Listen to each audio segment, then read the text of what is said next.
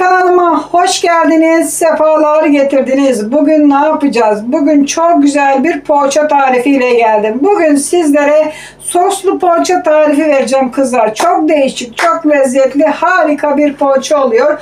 Ben poğaçayı lor peyniriyle hazırlayacağım ama isterseniz iç malzemesini değiştirebilirsiniz. Evinizde ne varsa onunla da yapabilirsiniz. Videoma başlamadan önce ne diyoruz her zamanki gibi, kanalıma abone değilseniz abone oluyorsunuz. Abone olanlar da bildirimleri açıyor. Sosyal medyada paylaşın, tariflerimi paylaşın ki herkes görsün, öğrensin ve yapsın. Hemen soslu poğaça yapımına hep birlikte geçelim. Hemen soslu poğaçamızı hazırlamaya başlıyoruz. Bir bardak ılık süt kabımıza döküyoruz. Birazcık su, bir çay bardağı, yalnız suyumuz biraz sütten az. Bir çay bardağı su döküyoruz. Bir çay bardağı sıvı yağ döküyoruz. Bir tane yumurta.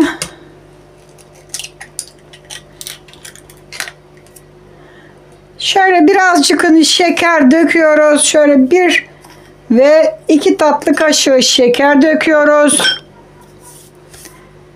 Göz ayarı tuzunu veriyoruz. Şöyle tuzunu da verelim. Göz ayarı tuzunu da verdik. Sıra geldi mayamızı. Kuru maya kullanacağım. Yaş mayam kalmamış. Yaş kuru fark etmez. Şöyle bir kaşık.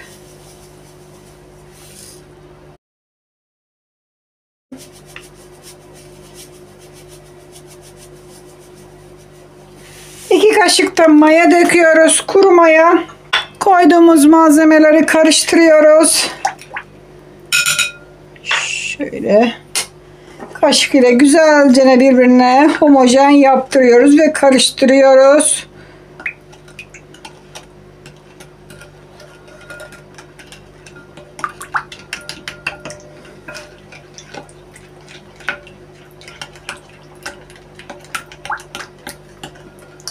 Maya güzel erisin. Şöyle yumurta dağılsın.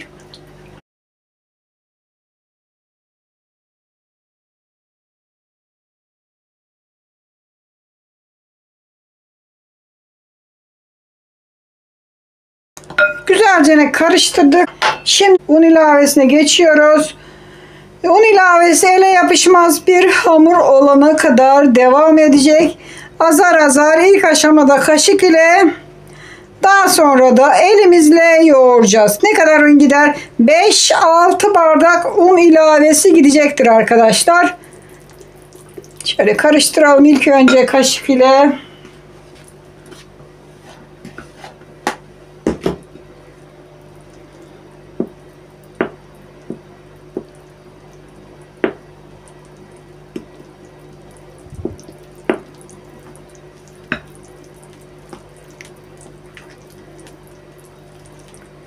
Şöyle güzelce karıştıralım.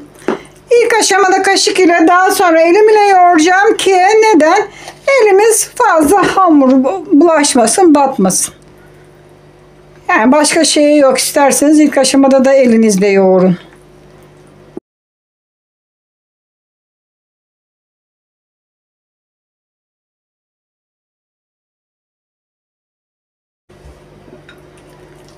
Şimdi şöyle hemen elimle sıyıralım. Bu hamurlarda ziyan olmasın tabii ki de. Şimdi hemen elimizle yoğurmaya geçiyoruz. Ellerimiz temiz, yıkadık, pakladık. Hemen elimizle yoğuruyoruz.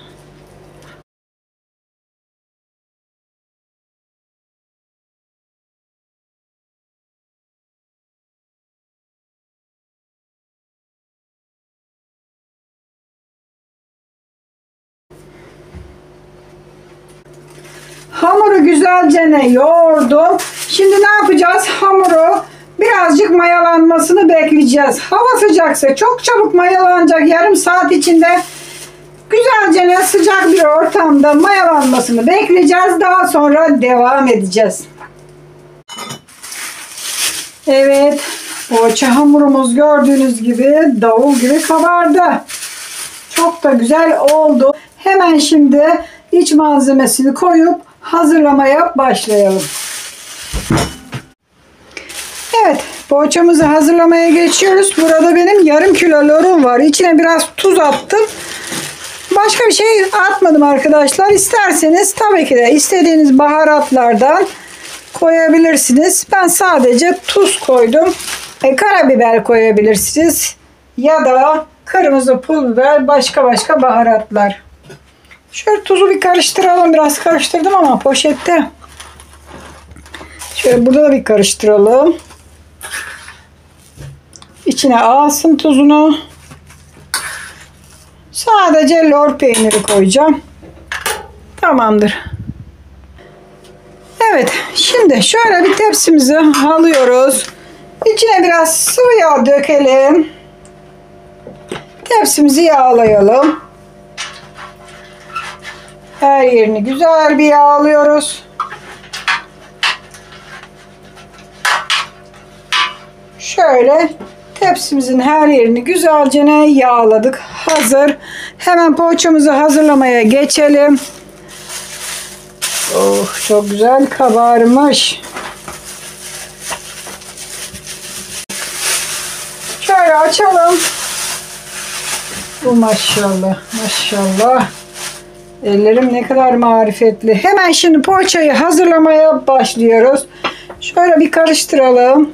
Hamurun bir gazını çıkaralım. Şöyle. Bakın. Hamurun gazını bir aldık. Fazla gazını. Hamurları şöyle yapışan yerlerini toparlayalım. Hazır. Hemen hazırlamaya geçiyorum. İlk önce ellerimi şöyle buradan birazcık yağlayayım. Şöyle birazcık koparıyoruz. Çok fazla değil, avucumuzun aldığı kadar. Hemen elimizle açıyoruz. Lor peynirimizden şöyle orta yerine biraz koyuyoruz ve kapatıyoruz. Şöyle her tarafından yuvarlayarak. Bakın bu şekilde top gibi yapıp toparlıyoruz ve tepsimize koyuyoruz. Yine aynı şekilde avucumuzun aldığı kadar hemen açıyoruz. Şöyle birazcık lor peyniri içine hemen toparlayıp tepsimize koyuyoruz. Çok kolay. Bakın bu şekilde toparlayıp koyacaksınız. İşte.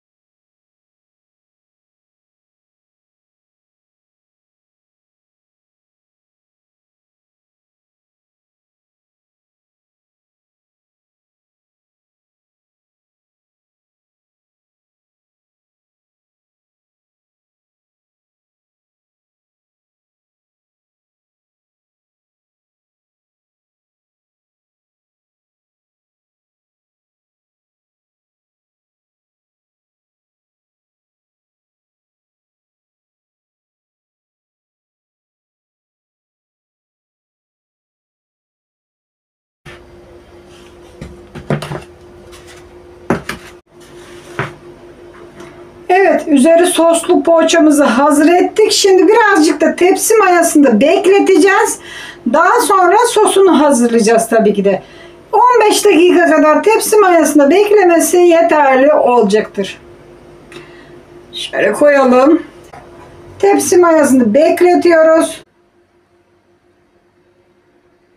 Evet, poğaçalarımız bir 15 dakika bekledi. Şimdi burada biraz yoğurt var. Ne kadar? Yarım çay bardağından biraz fazla yoğurtumuz var. Yoğurtumuzun üzerine çok az sıvı yağ döküyoruz. Fazla değil. Yumurtamızı kırıyoruz. Şöyle yoğurdu güzel bir karıştırıyoruz.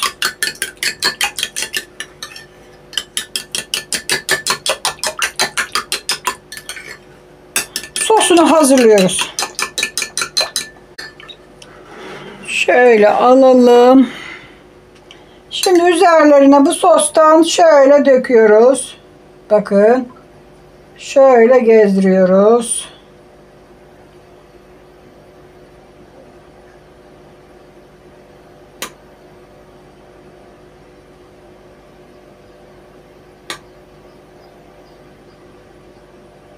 Şu şekilde. Hepsini üzerine sürüyoruz. Bu sosu içtikçe zaten bu yumuşacık olacak bu poğaçalar.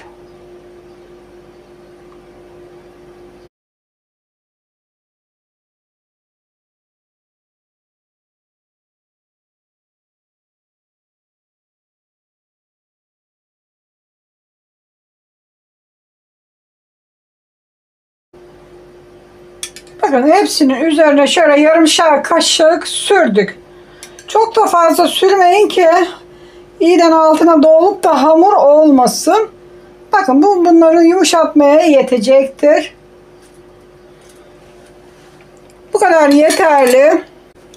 Sosunu da verdik. Şimdi üzerlerine de susam süreceğiz. Şöyle susamdan bakın bu şekilde çörek otu da koyabilirsiniz bazılarını arkadaşlar. Bakın bu şekilde susam koyuyoruz. Ben sadece susam koyacağım. Çörek otu var ama koymayacağım. Bu sefer sadece susamdan yapıyorum. Bakın sos biraz yerine dibine düştü ama çok da fazla değil. Ayarlı bir şekilde sosu verdik. Çok dökerseniz içmez, hamur kalır.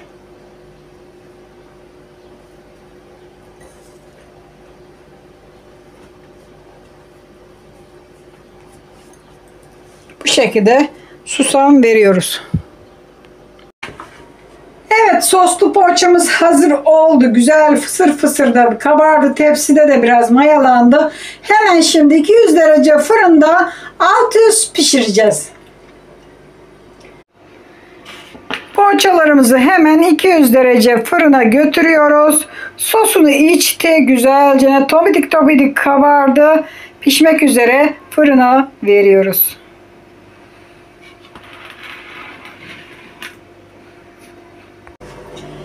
Evet, poğaçalarımız oldu. Gördüğünüz gibi kıpkırmızı, çok da güzel fısır fısır kabardı. Şimdi biraz beklesin ki ilk sıcaklığı bir çıksın. Bir çıksın. Daha sonra tadına tuzuna bakacağız tabii ki de. Evet, soslu poğaçalarımızı pişirdik. Tadım ekibi de burada tabii ki de. Şimdi bunlar tadına bakacak çocuklar. Bakalım beğenip beğenmediklerini de söyleyecekler. Hazır mıyız çocuklar? Evet. Evet, o zaman hemen poğaçalarımızdan çıkaralım. Hemen koparıyoruz çocuklara. Durun çocuklar, ben koparayım biraz size. Sakin sakin şu anda. Şöyle tut. Heh. Şimdi üflesin, biraz sıcak şu anda. Sen de bu şekilde tutacaksın. Isır ısır bir kan. Görelim. Şöyle oh oh. Afiyet olsun çocuklar. Nasıl olmuş? Beğendiniz mi? Beğendiniz mi? Süper mi? Evet. Tamam. Çocuklardan puanımızı aldı. 10 puan mı? Kaç puan veriyorsunuz çocuklar? 100.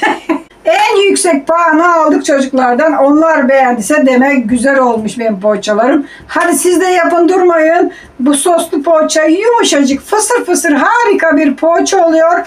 Videomu burada bitirirken her zaman ne diyoruz? Kanalıma abone değilseniz abone oluyorsunuz. Beğenmeyi Tariflerimi beğeniyorsunuz. Sosyal medyada paylaşıyorsunuz. Abone olanlar da bildirimlerini açmayı unutmuyor. Unutmuyor ki en güzel tariflerimizden haberdar oluyor. Hadi hoşça kalın. Kendinize iyi bakın. Sağlıcakla kalın.